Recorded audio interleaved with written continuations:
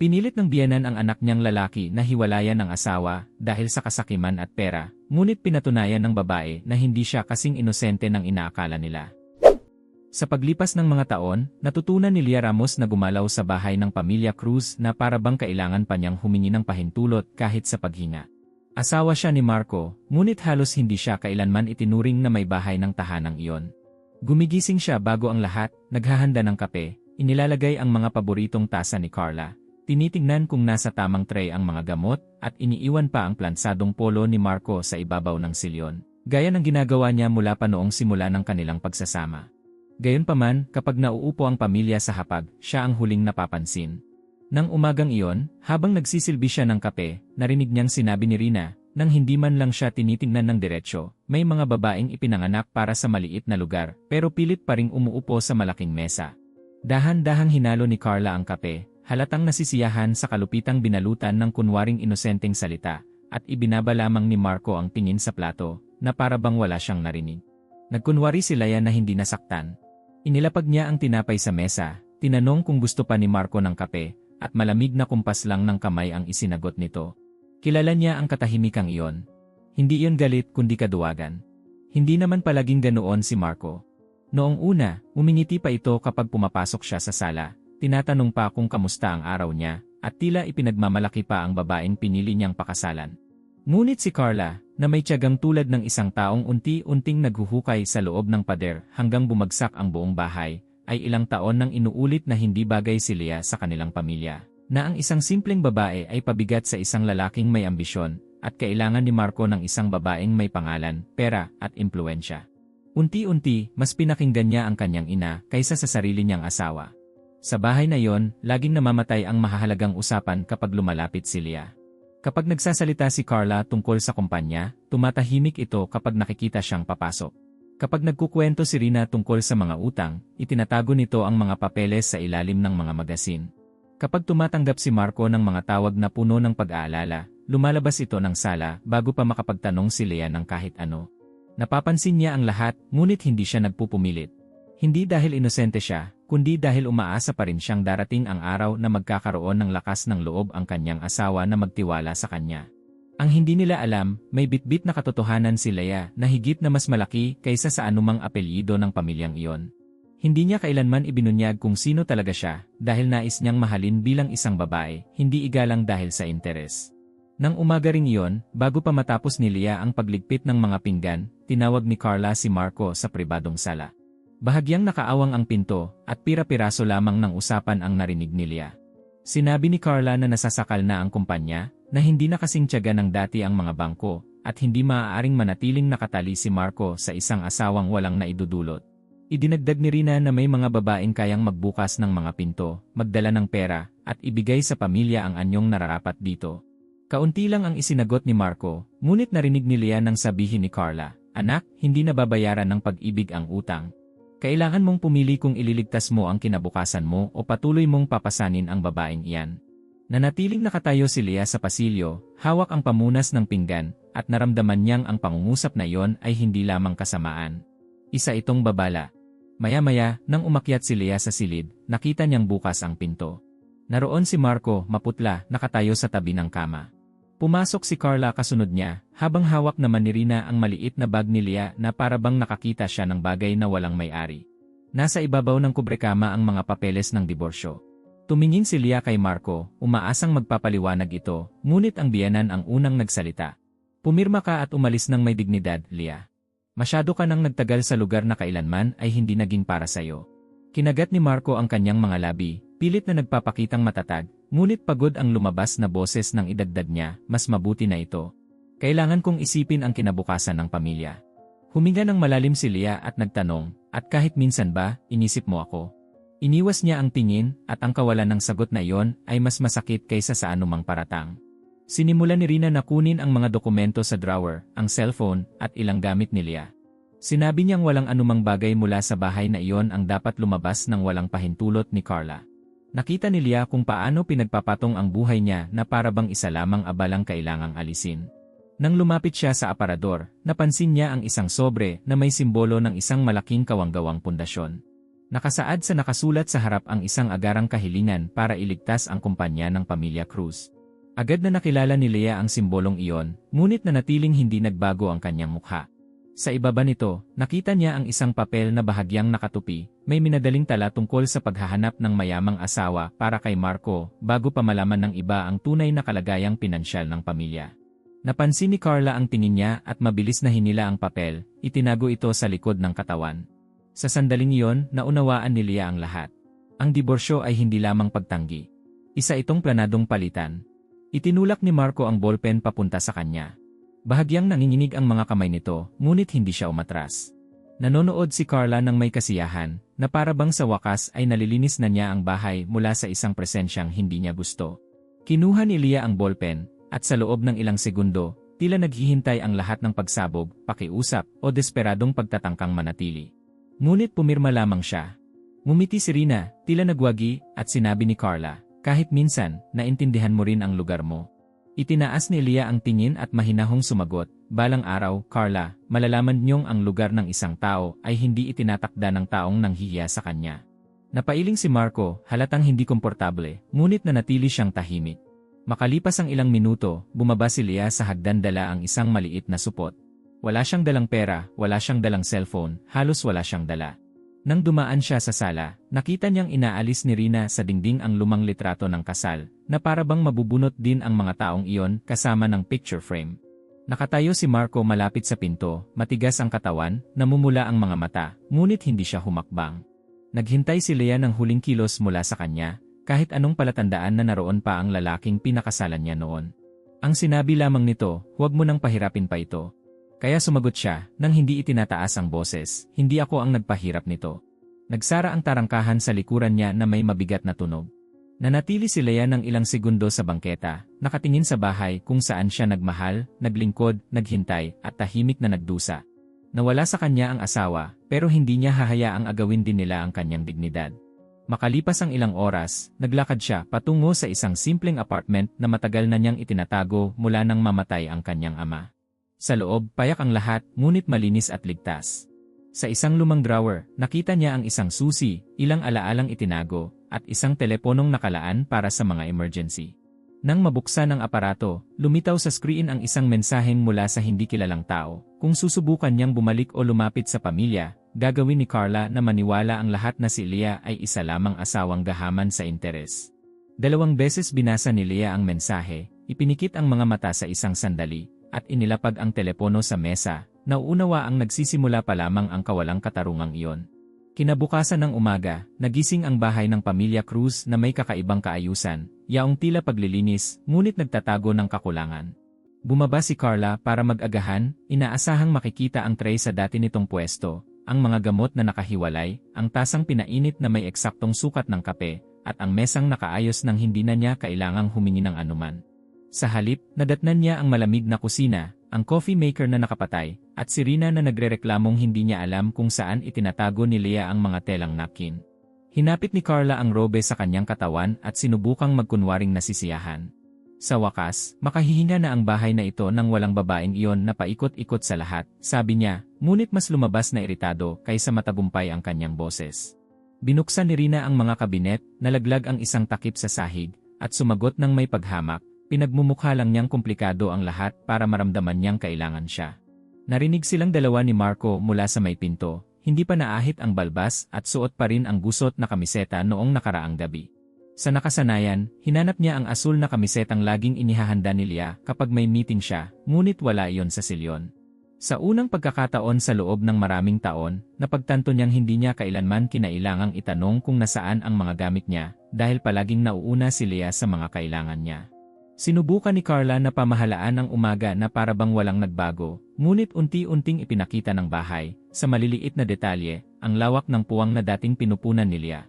Mali ang oras ng gamot ng biyenan, lumampas ang bayarin sa kuryente nang walang nakapansin, nakalimutan ni Marco ang isang mahalagang usapan sa mga taong konektado sa kumpanya. At nainis si Rina nang matuklasang nakatigil pa rin malapit sa laundry area ang isang basket ng donasyon na linggo-linggong inaayos ni Leah.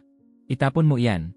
Hindi na siya nakatira rito para magkunwaring mapagkawanggawa, utos ni Rina, ngunit nag-atubili si Gabriela nang kunin ang basket, dahil alam niya kung saan napupunta ang mga bagay na iyon at alam niyang maraming tao ang umaasa sa tulong na iyon. Nagmamadaling bumaba si Marco sa hagdan, hinahanap ang susi ng kotse nang tumunog ang telepono ng bahay. Sinagot niya iyon nang walang pasensya, at sa kabilang linya, isang boses ng lalaki ang nagtanong kay Leah, sinasabing may problema sa isang matagal ng supplier at siya lamang ang marunong magpakalma sa sitwasyon. Naniga si Marco. Wala na siyang inaasikaso rito, sagot niya. Nanahimik sandali ang boses at pagkatapos ay sinabing kung wala si Leah, marahil ay mas mabuting ipagpaliban muna ang delivery hanggang malinawan ang lahat. Dahan-dahang ibinaba ni Marco ang telepono, hindi mapakali sa natuklasang ang asawang itinuring niyang walang silbi ay lumulutas pala ng mga problemang ni hindi niya alam na umiiral. Hindi nagtagal, lumitaw si Celie sa tarangkahan. Isa siyang simpleng matandang babae, mabagal ang mga hakbang, may hawak na bakanting supot at nag-aalalang nakatingin sa loob ng bahay. Ipinaalam ni Gabriela kay Marco at pumunta siya sa entrada nang hindi nauunawaan ang nangyayari. Magalang na nagtanong ang babae kay Leah, sinasabing nakaugalian na nitong tumulong sa ilang tao buwan-buwan at nangakong daraan doon ng umagang iyon. Lumitaw si Carla sa likuran ng anak bago pa ito makasagot. Wala na si Leah sa bahay na ito at tapos na rin ang mga ganitong pagbisita, sabi niya, sinusubukang tapusin ang usapan. Malungkot na tumingin si Celie kay Marco at sumagot, kung gayon, mas malaki ang nawala sa inyo kaysa isang asawa. Gumagawa ng mabuti si Ginang Leah kahit walang nakatingin. Naiwan sa hangin ang pangungusap na tila isang paniningil. Hindi nakasagot si Marco. Inutusan ni Carla si Gabriela na isara ang tarangkahan, ngunit nagbago na ang mukha ng anak. Nagsimula niyang maalala kung ilang beses umuuwing huli si Leah para sa hapunan, sinasabing may inayos lamang siyang maliliit na bagay, habang siya naman, na impluwensyahan ng ina, ay nagsasabing nagsasayang lang siya ng oras sa mga taong walang maibabalik. Samantala, sa simpleng apartment, buong umagang nakaupo si Leah sa sahig, kaharap ang isang lumang kahong itinago mula nang mamatay ang kanyang ama. Nandoon sa loob ang ilang bagay na naprotektahan niya mula sa buhay na mayroon siya bago si Marco. Mga liham, litrato, isang simpleng brooch, maliliit na regalong mula sa simula ng kasal, at mga sulat kamay na mismong si Marco ang sumulat noong tila tunay pa siyang nakikita nito. Hinawakan niya ang isang litrato nilang dalawa na nakangiti, bago dumating ang lamig, bago ang makamandag na payo ni Carla, bago ginawang paglilitis ni Rina ang bawat tanghalian. Hindi iniiyakan ni Leah ang karangyaan ng bahay, ni ang apelyidong Cruz, ni ang posisyong nawala sa harap ng ibang tao.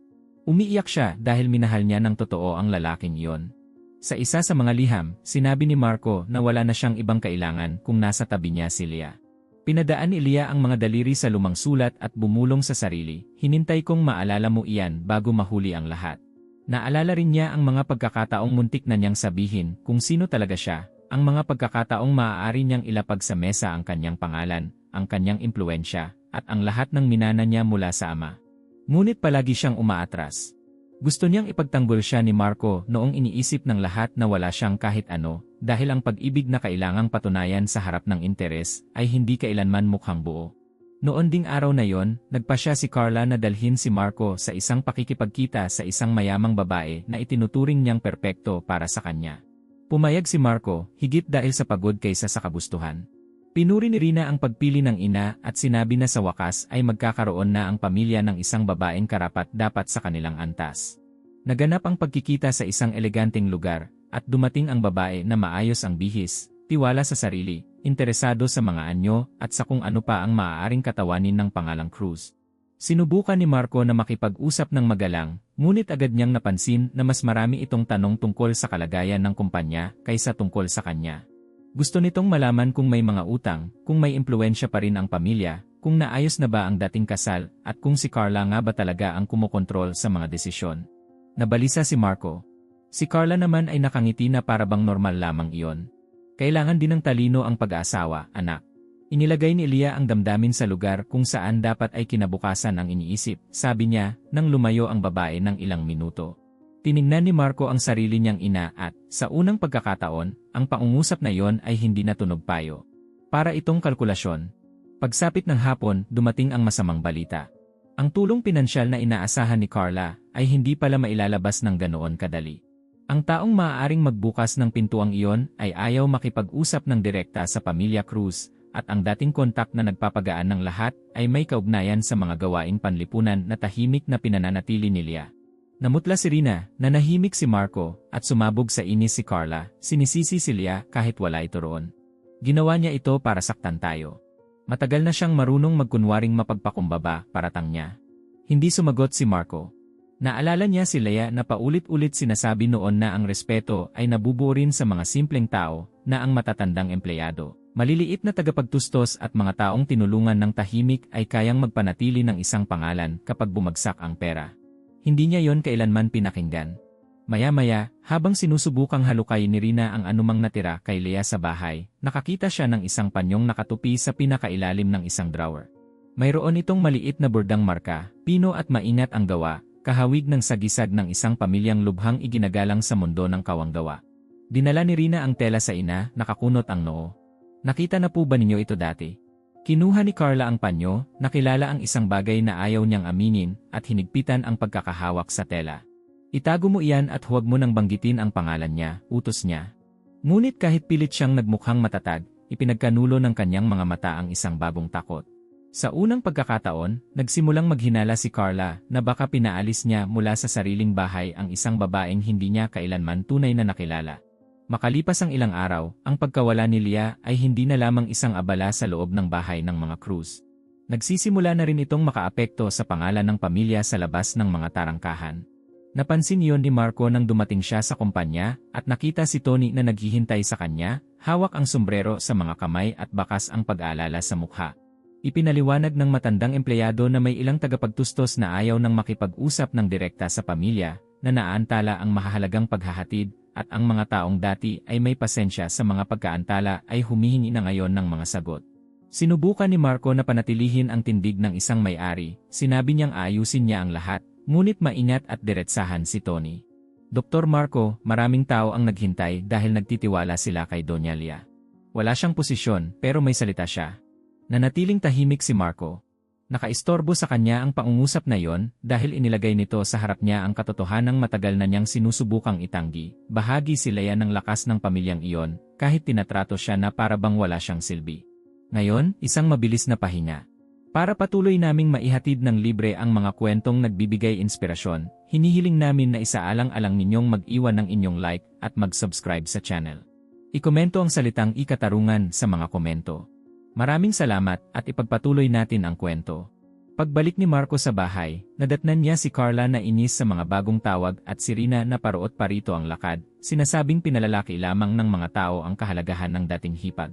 Hindi matanggap ng biyenan na patuloy na lumilitaw ang pangalan ni Leah sa bawat problema.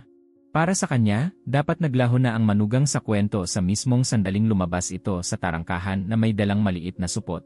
Ngunit kabaligtaran ang nangyayari. Habang mas pinipilit ni Carla na burahin si Leah, mas marami namang nagtatanong tungkol sa kanya. Doon nagpasya ang biyenan na ipakalat ang sarili niyang bersyon ng mga pangyayari.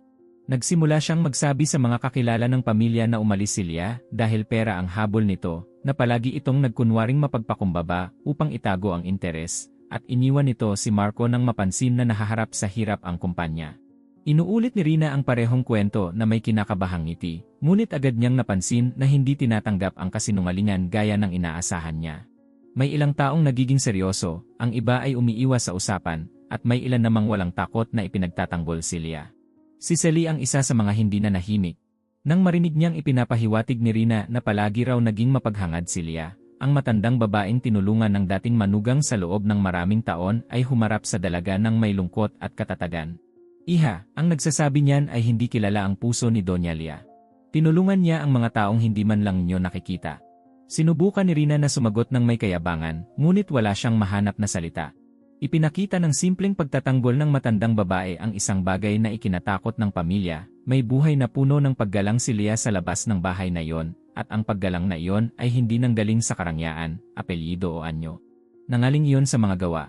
Nang ikwento ni Rina kay Carla na maging ang mga simpleng tao ay ipinagtatanggol ang dating manugang, nagalit ng husto ang biyenan. Iyan mismo ang gusto niya. Papaniwalain ang lahat na isa siyang banal habang pinipinsala tayo, sabi niya. Ngunit sa likod ng galit may takot. Ang bordang panyong natagpuan sa drawer, ang sobre mula sa foundation, at ang mga reaksyon ng mga tao ay unti-unting bumubuo ng isang hinalang ayaw harapin ni Carla. Samantala, sinubukan ni Leah na ibalik ang sariling buhay nang hindi ginagawang paghihiganti ang sakit. Noong umagang iyon, pumunta siya sa institusyong matagal na niyang tinutulungan ng palihim. Sinalubong siya ni Maya ng may ginhawa, gaya ng taong sa wakas ay muling nakita ang isang napakahalagang tao. Naroon din si Sally at magiliw na hinawakan ang mga kamay ni Leah, tinatanong kung ayos lang ba siya. Sumagot si Leah ng may pigil na ngiti, ngunit imposibleng itago na pasan pa rin niya ang bigat ng pagpapaalis sa kanya. Habang naglalakad sa lugar, nakita niya ang matatandang bumabati sa kanya sa pangalan, ang mga empleyadong humihingi ng kanyang gabay at ang mga taong hindi tumatrato sa kanya bilang isang asawang itinapon, kundi bilang isang taong iginagalang. Napansin ni Maya ang katahimikan niya at maingat na nagsabi, "Napakatagal ninyong pinrotektahan ang mga taong hindi naman kayo pinrotektahan." Tinignan ni Leah ang mga simpleng silid, ang mga mukhang umaasa sa gawaing iyon at sumagot, "Ayokong sirain ang kahit sino, Maya. Hindi ko lang hahayaang gamitin pa ni Carla ang pera para magpasya kung sino ang karapat dapat respetuhin. Ang desisyong iyon ay hindi pa paghihiganti. Isa yung hangganan." Ayaw ni Leah na ilantad si Marco para lamang makita itong magdusa, dahil may bahagi pa rin sa kanya na naalala ang lalaking dating siya bago nagpadala sa pagkontrol ng kanyang ina. Ngunit hindi rin niya maaaring ipagpatuloy ang pagpapanggap na ang kahihiyan ay simpleng usapin lamang ng pamilya. Ginamit ni Carla ang kasal bilang negosasyon, itinuring ang isang babae na parang bagay na pwedeng ipagpalit, at ngayon ay sinusubukan niyang dungisan ang imahe nito upang protektahan ang sarili niyang dangal. Alam ni Leah na kung mananatili siyang tahimik, gagawin din iyon ng kanyang biyenan sa ibang tao tuwing pera at anyo ang nakataya. Pagsapit ng hapon, natanggap ni Marco ang balitang nagpabago sa bigat ng kwentong iyon.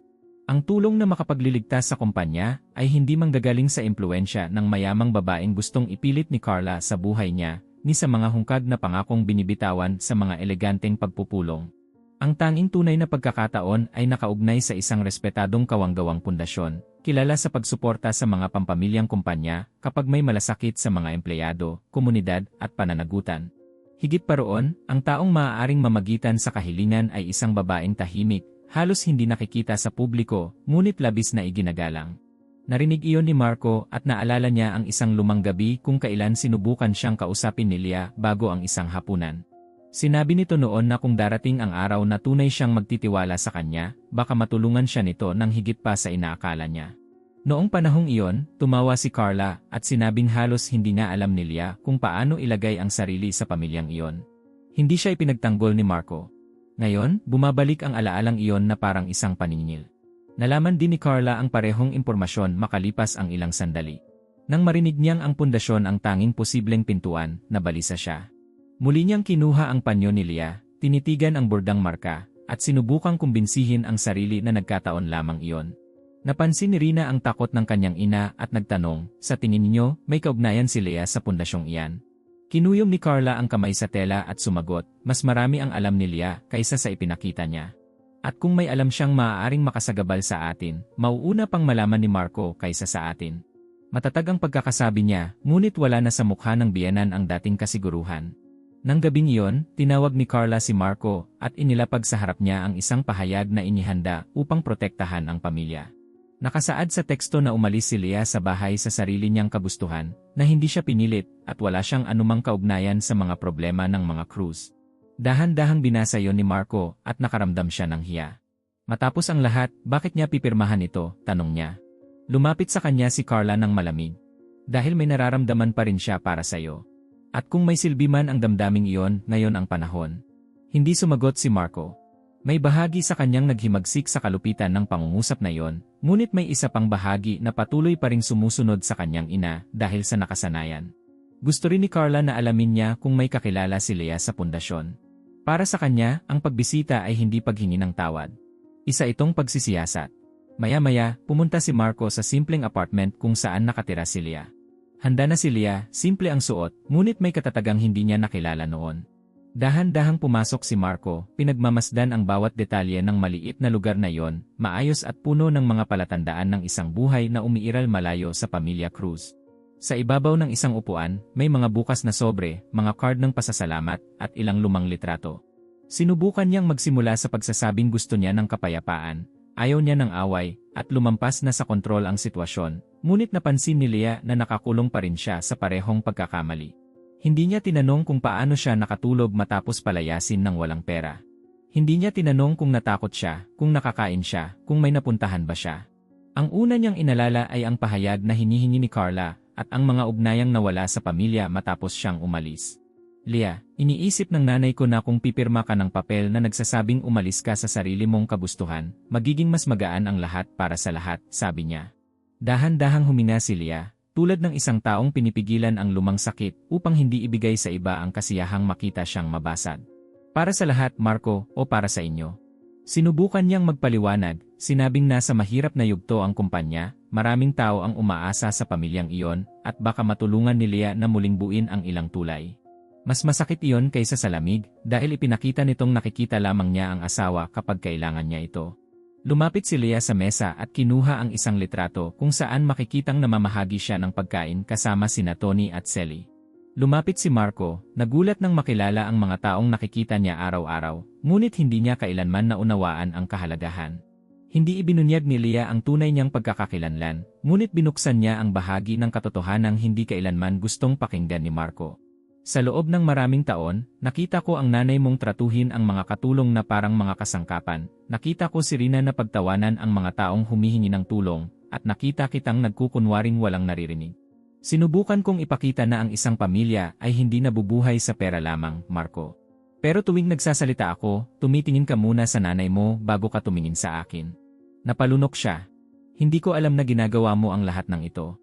Ibinalik ni Leah ang litrato sa mesa at sumagot, hindi mo alam dahil hindi ka kailanman nagtanong. At noong sinubukan kong ikwento, inakala mong maliit na bagay lamang iyon. Habang kinakaharap ni Marco ang pag-uusap na iyon, dumating naman sina Carla at Rina sa isang kawanggawang pagtitipon. Sinusubukang buksan ang mga pintuang dating pinananatiling bukas ni Leah nang walang kahirap-hirap. Pumili ang dalawa ng eleganteng damit, kalkuladong mga ngiti, at mga nakahandang salita tungkol sa kabutihang loob. Naniniwala si Carla na sapat nang magpakita siya upang tratuhin ng may paggalang. Gayunman, mula pa lamang sa pasukan, napansin niyang hindi tumutugon ang paligid sa kanya gaya ng inaasahan niya. Ang mga taong dati ay magiliw na bumabati sa pamilya Cruz ay ngayon ay sumasagot na lamang ng may malamig na paggalang. Sinubukan ni Rina na lumapit sa isang maliit na grupo at banggitin ang tradisyon ng pamilya, ngunit mga malabong komento at hindi komportableng tingin lamang ang nakuha niya. Nang itanong ni Carla kung nasaan ang sinuman mula sa pamunuan ng pundasyon, sinabi sa kanya na sarado na ang iskediul at anumang kahilingan ay kailangang dumaan sa karaniwang proseso. Labis siyang nasaktan doon, hindi dahil sa burokrasya, kundi dahil hindi niya matanggap na tratuhin bilang karaniwang tao. Nakalimutan nila kung sino ang kausap nila, bulong niya. Si Rina, na mas nakapansin sa nangyayari, ay mahinang sumagot, o baka naman malinaw na malinaw pa nilang naalala ang ginawa natin kay Leah. Sa apartment, hawak ni Marco ang isa sa mga liham ng pasasalamat, binabasa ang mga salita ng isang matandang babae na nagsasabing higit pa sa material na tulong ang natanggap niya mula kay Leah, dahil nakatanggap siya ng paggalang.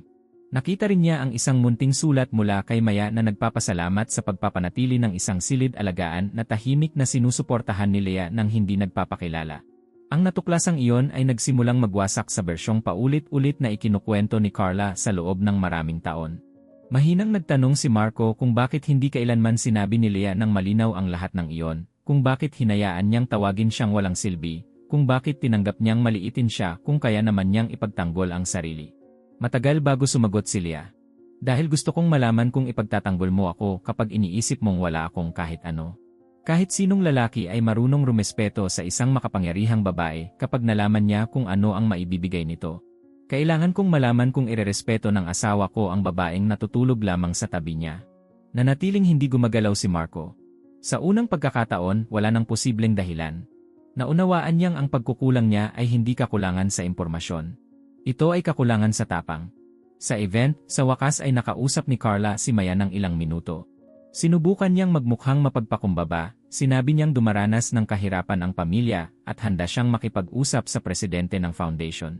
Nakinig si Maya sa lahat ng may pansin, ngunit walang pambobola.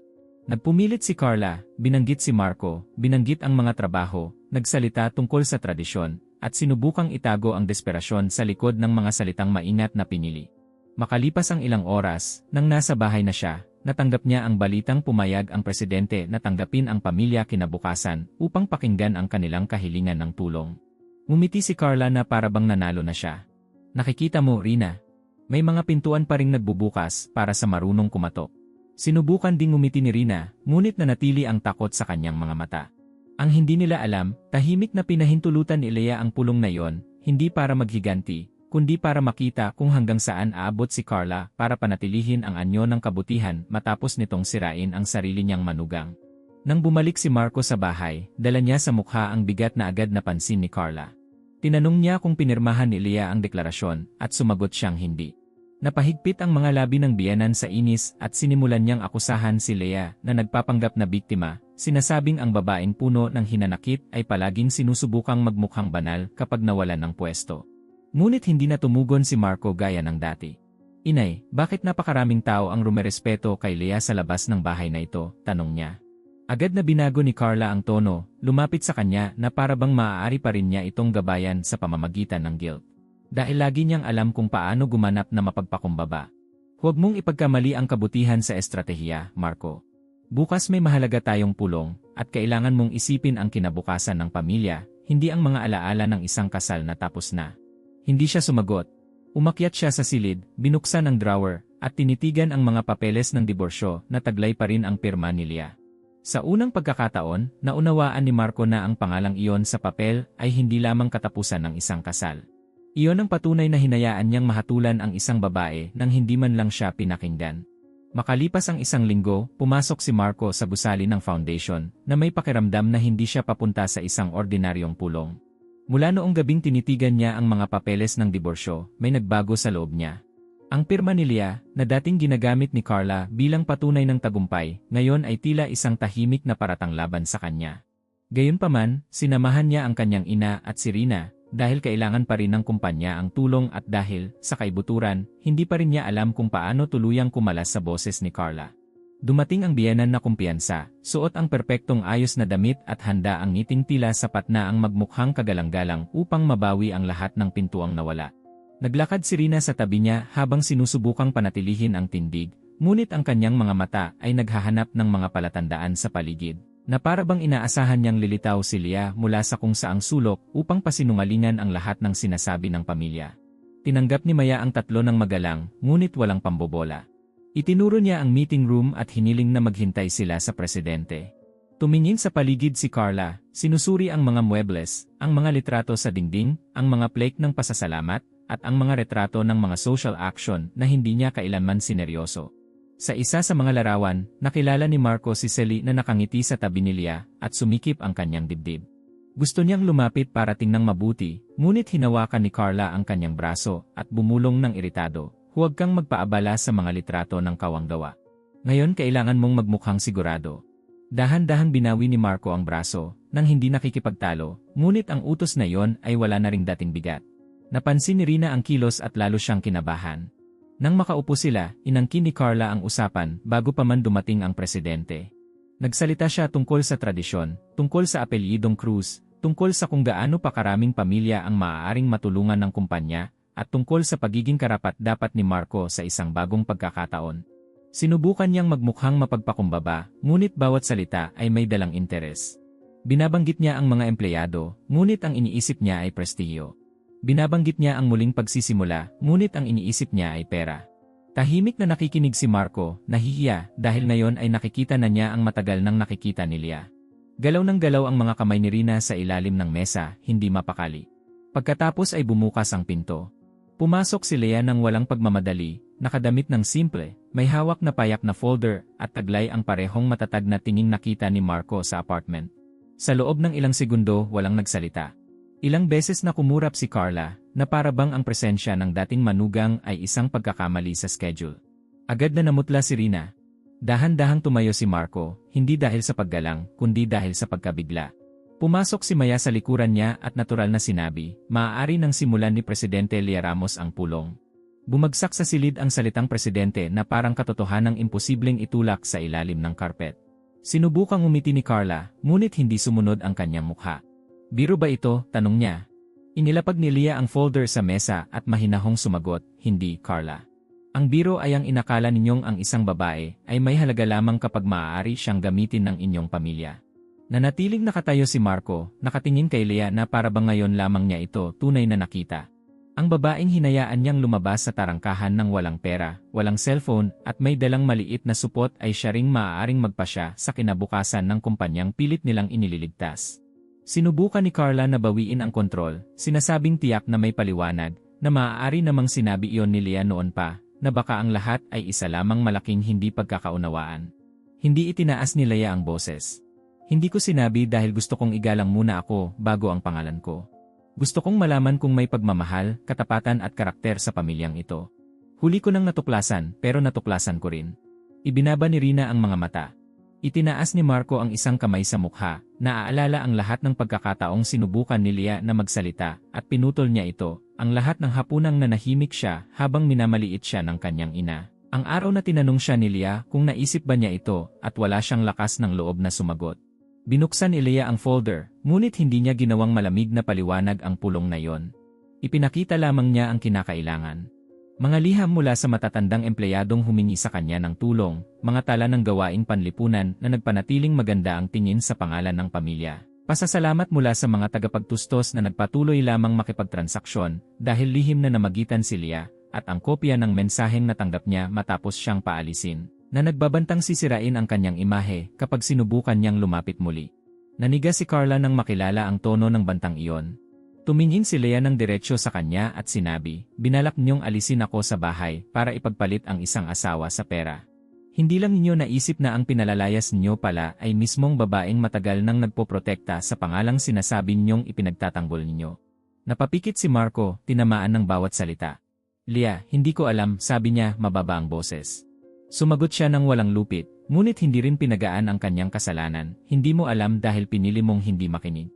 Sinubukan ni Carla na ipagtanggol ang sarili, sinasabing ginawa niya ang lahat para sa anak, na tungkulin ng isang ina na protektahan ang pamilya at kailangang isipin ni Marco ang kinabukasan. Nanatiling matatag si Leah. Ang proteksyon ay hindi ang pagpapahiya sa isang babae sa loob mismo ng sarili niyang tahanan. Ang proteksyon ay hindi pagsisinungaling, pamimilit, pagtatago ng mga dokumento, at paggamit ng takot para kontrolin ang isang anak na nasa hustong gulang na. Hindi niyo pinrotektahan si Marco. Tinuruan niyo siyang mawala ang pinakamabuting bagay na mayroon siya. Si Rina, na palaging inuulit ang mga salita ng ina, ay sa wakas umiyak ng tahimik. "Ginamit din ako, hindi ba?" tanong niya habang nakatingin kay Carla. Humarap ang biyenan ng may galit, ngunit hindi na mukhang handang sumunod si Rina. Sa unang pagkakataon, nakita ng anak na hindi nais ng ina na iligtas ang pamilya. Gusto lamang nitong pagharian sila. Pagkatapos ay gumawa si Leah ng desisyong nagpakita ng kanyang tunay na kadakilaan. Tutulong ang foundation na mapanatili ang mga trabaho at susuportahan ang mga inosenteng taong umaasa sa kumpanya, ngunit walang perang dadaan sa mga kamay ni Carla. Hindi rin mananatili si Marco sa pamumuno sa sandaling iyon. Kailangan niyang magsimulang muli mula sa ibaba, sumama kay Tony, makinig sa mga empleyado, unawain ang trabahong dati niyang hinamak at matutong pumirma lamang sa anumang may lakas siyang basahin at panagutan. Tinanggap iyon ni Marco nang hindi nakikipagtalo. Tumayo si Carla na galit, sinasabing iyon ay pampublikong pagpapahiya. Tinitigan siya ni Leah at sumagot, "Ang pagpapahiya ay ang pagpapaalis sa akin sa bahay na parabang isa akong pabigat. Ang tawag dito ay bunga ng ginawa niyo." Nang walang suporta ni Marco at wala na rin ang pagsunod ni Rina, lumabas si Carla sa silid na mas maliit kaysa noong pumasok siya, naggangalit, nag-iisa at natalo ng sarili niyang plano. Makalipas ang ilang araw, hinanap ni Marco si Leah sa foundation. Wala na sa kanya ang dating tindig ng isang may-ari.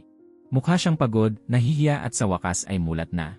Humingi siya ng tawad nang hindi sinusubukang bigyang katwiran ang sarili, sinabing naging mahina siya. Hinayaan niyang magdesisyon ang ina para sa kanya at nawala sa kanya ang babaeng pinakamamahal siya. Pinakinggan siya ni Leah ng payapa. "Pinapatawad kita, Marco, pero hindi agad na ibabalik ng kapatawaran ang tiwala.